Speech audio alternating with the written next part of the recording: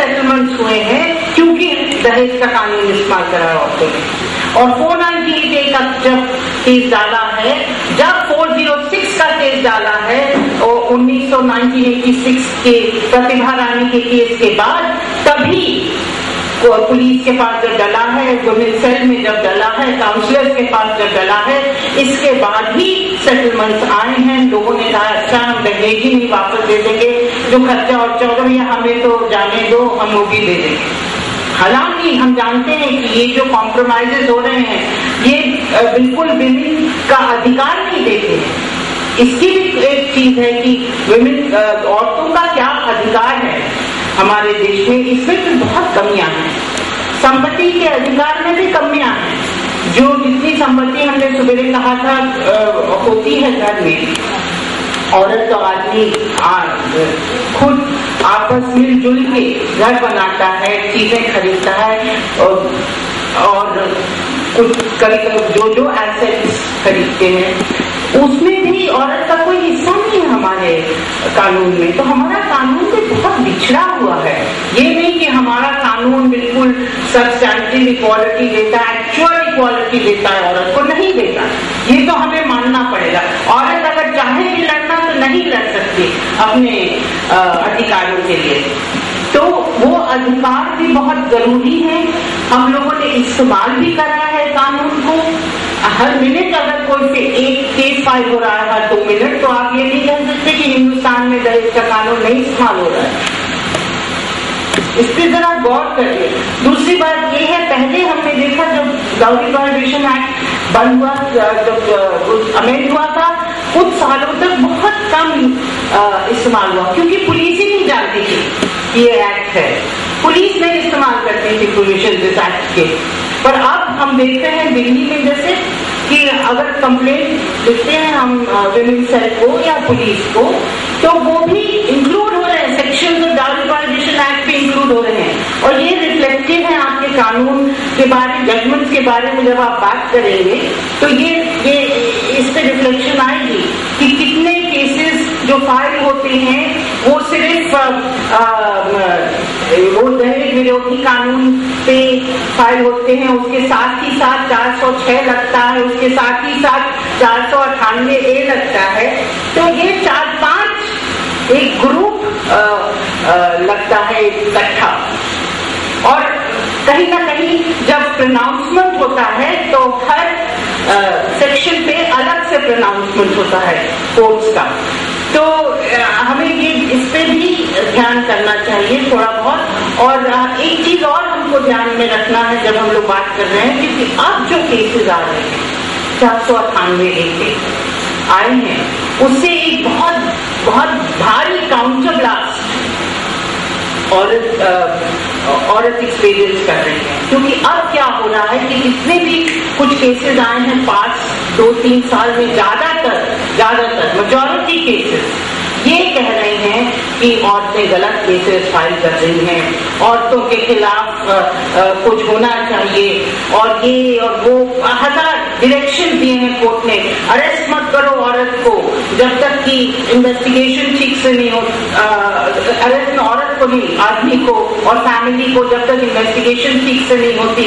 और इन्वेस्टिगेशन ठीक से होना मतलब उस आदमी विजिट करे पुलिस स्टेशन। और डायरेक्शन दिल्ली हाई कोर्ट में जस्टिस गंभीर ने एक लिस्ट 10 की भेजी है, और सब पुलिस स्टेशन के पास ये डायरेक्शंस है। सब पुलिस स्टेशन के पूरे कंट्री में सरकार हमारे हक में नहीं, हमारे खिलाफ एक्ट कर रही है। आप जानते हैं मिनिस्ट्री ऑफ होम अफेयर्स के डायरेक्शंस हैं, चिट्ठियां हैं, उसमें कहा गया है मत अरेस्ट करो, मत एक्शन लो जब तक ये चीजें नहीं सेटिस्फाई होती हैं। ये सब डायरेक्शन हम लोगों को मालूम होना चाहिए। वही नहीं, एक बहुत बेकार सी पिटीशन फाइल करी गई थी राज्यसभा में पिटीशन कमेटी के सामने, जिसमें इतनी ज्यादा गालियां दी गई थी औरतों को। कोई डाटा नहीं था, कोई आंकड़े नहीं थे जिसमें वो पिटीशन फाइल करी गई थी। और उस पिटीशन के तहत एक रिपोर्ट बनी है, जबकि ministry of child and women and child ने कहा नहीं जरूरत है कानून बदलने की, NCW ने कहा नहीं कानून बदलने की जरूरत है। पर ये जो रिपोर्ट आ रही है इस पे आपको जरूर ध्यान चाहिए। वो ये कहते हैं कि 498A मिसयूज हो रहा है, चाहे आप उसको कंपाउंडेबल ना भी बनाएं या कंपाउंडेबल बना दें, ये मुझे नहीं मालूम एग्जैक्टली क्या रेकमेंड करेंगे, पर कुछ तो कहेंगे कंपाउंडेबिलिटी के बारे में, या वो नहीं भी कहेंगे तो एक और चीज कह रहे हैं कि अगर कोई वुमन फॉल्स केस फाइल करती है तो उसके खिलाफ एक्शन लिया जाए। यही वो सेक्सुअल हैरेसमेंट के कानून में कह रहे हैं। तो इसका ये मतलब है कि अगर वो क्या फॉल्स केसेस होते हैं, अगर औरत एक केस कॉम्प्रोमाइज कर लेती है तो उसको पुलिस लिखती है मिसस्टेटमेंट ऑफ फैक्ट्स। वो ये नहीं कहती कि केस कॉम्प्रोमाइज हो गया या कोई न्यू कैटेगरी, क्योंकि कॉग्निजेबल क्राइम है ये वो, तो वो मिसस्टेटमेंट ऑफ फैक्ट कहती है या कहती है कि तो मतलब इतने सारे केसेस जो मिसस्टेटमेंट ऑफ फैक्ट्स हैं ये वो नहीं, उनके आंकड़े भी काफी कम है, वो बताए जाएंगे आपको कि क्या मतलब कितने केसेस हैं, फॉल्स केसेस हैं इस कानून 498 के अंदर। अगर आप उसको कंपेयर करें दूसरे कानूनों से, सब जगह पूरी दुनिया पूरे मतलब हमारी कंट्री में केसेस फाइल होते हैं फॉल्स केसेस, तो 498 के अंदर शायद कम ही फाइल होते हैं फॉल्स केसेस अगर आप कंपेयर करें। पर ये कहा जा रहा है कि ये जो औरत है इसको पनिश करना चाहिए।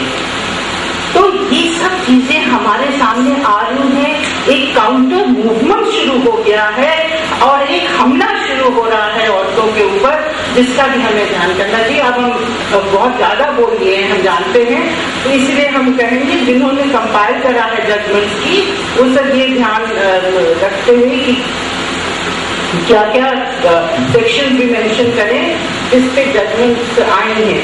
मैं request Svetlana and Anita to now give you some idea about their compilation. मेरा नाम स्वेतलाना है, मैं ह्यूमन राइट्स लॉ नेटवर्क के साथ वकील हूँ। ये जो किताब आपको दी गई है, आप में से कई लोगों के पास ये किताब होगी, लीडिंग केसेस ऑन डाउरी। मैं इस किताब के बारे में कुछ कहना चाहूंगी। जब हम इस किताब के लिए केसेस कंपाइल कर रहे थे तो हमारा ये ऑब्जेक्टिव था कि हम ऐसे लीडिंग केसेस लेंगे सुप्रीम कोर्ट से जो हमें एक प्रेसिडेंट के तौर पर हम यूज कर सकेंगे। और जो कंपाइलेशन है केसेस को इस तरह एडिट किया गया है कि एक सरल भाषा में हमें से न कि सिर्फ हम एक्टिविस्ट और कार्यकर्ता बल्कि जो आम आदमी भी है जो मतलब वो वंचित रह जाता है लॉ बुक से और लीगल जर्नल से, वो भी इन केसेस को यूज कर सके और जो लॉ है उसको एक सरल भाषा में वो समझ सके। तो मैं ब्रीफ इंट्रोडक्शन दूंगी किस तरह से हमने चैप्टर्स को डिवाइड किया है। हमने पहले जो हमारा पहला चैप्टर है इस बुक में वो हमने सेक्शन 2 पर गौर करते हुए रखा है। Section 2 of the dowry prohibition act 1961 जो डाउरी की डेफिनेशन देता है। सुप्रीम कोर्ट ने कई सारे जजमेंट्स में पॉजिटिव भी रहे हैं और कुछ जजमेंट्स ऐसे भी रहे जो बहुत ही पेक्यूलियर हैं। पर ये कहा है कि जो सेक्शन 2 के अंदर जो डाउरी की डेफिनेशन है उसमें कई चीजें इम्पोर्टेंट है, जैसे कि द फर्स्ट थिंग जैसे केसी मैम ने सुबह भी बोला था कि it's not just at the time of marriage, पर शादी से पहले, शादी के वक्त और शादी के बाद जो भी सामान जो दिया जाता है उसको आप दहेज के तौर पर कैटेगराइज कर सकते हैं। और बट कैचवर्ड हियर इज कि वो शादी के संबंध में उसको देना चाहिए। It should be in connection with marriage. तो the Supreme Court has upheld in many judgments यहाँ पर एक्यूज का कंटेंशन रह चुका है कि शादी के काफी साल बाद ये सामान आया है तो ये इसको दहेज के अंदर ना दिया जाए। पर कोर्ट ने बोला है कि under the provisions of section 2 it would be included as and defined as dowry. But कुछ पेक्यूलियर जजमेंट्स हैं जहाँ सेक्शन 2 ये भी बोलता है कि जो आप सामान देंगे उसमें एग्रीमेंट होना चाहिए between the party who is giving and the party सामान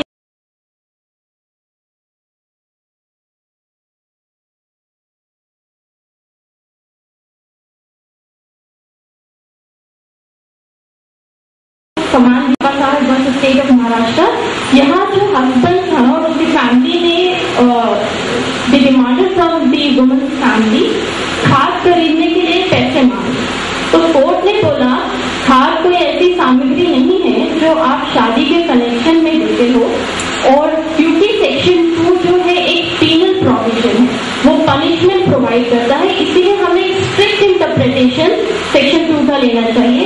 और इसीलिए बोला कि जहाँ पर हाथ की डिमांड हुई और उस क्योंकि द गर्ल और the girls family couldn't provide for that money, तो उसको जला दिया गया और उसको मार डाला गया सिर्फ इतनी छोटी सी बात है कि वो हाथ के लिए पैसा नहीं दे पाई।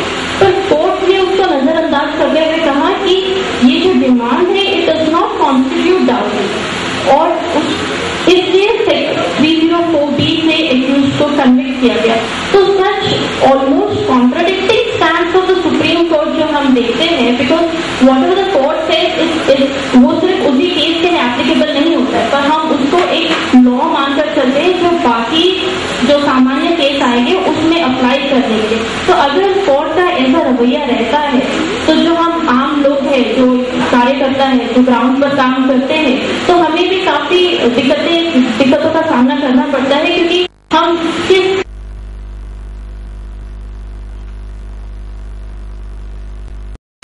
ऐसा होता है कि it's a clear cut case of murder, जहां पर जो एक्यूज है उसका he has himself participated in the act and he has not just resulted in the death of the woman, but he has actually participated. So court ने, तो supreme court ने ऐसा stand लिया है कई केसेस में, where it has very interestingly and strangely acquitted the accused of charges of 302 IPC, जबकि trial court और हाई कोर्ट ने उसको कन्विक्ट किया 302 IPC में, और it has held it is convicted the accused only for 304 IPC, because as the court has given such a justification that it's comparatively easy to prove charges of 304B IPC than to prove charges of 302 IPC. I'll give you one case. The case name is Sanjay Kumar Jain versus State of Delhi. Here the victim was burned to death. Even then, the court, both the trial court and the high court, ने accused को 302 IPC में convict किया, पर supreme court ने ऐसा stand लिया कि 304B में भी उसको एक्विट कर दिया, क्योंकि the prosecution failed to prove कि जो टॉर्चर हुआ था, जो हरासमेंट हुआ था, it was soon before death. Soon before death का इंटरप्रिटेशन देते हुए कोर्ट ने कहा कि प्रोसिक्यूशन ने प्रूव नहीं किया कि जितने भी जो भी हरासमेंट विक्टिम को सहना पड़ा वो उसके डेथ से एप्रोप्रिएट टाइम पहले हुआ था, इसीलिए 304B से भी एक्विट करते हुए सिर्फ 498A के चार्जेस लगाए। तो it is the same thing जो केटी मैम सुबह भी बोल रही थी कि किस तरह हम चार्जेस को ही डाइल्यूट करते जा रहे हैं। तो जहाँ कम से कम हम 7 साल की सजा एक्सपेक्ट कर सकते थे, वहाँ ज्यादा से ज्यादा सिर्फ 3 साल की सजा एक्यूज को मिल रही है। तो ये जो स्टैंड जो कोर्ट ले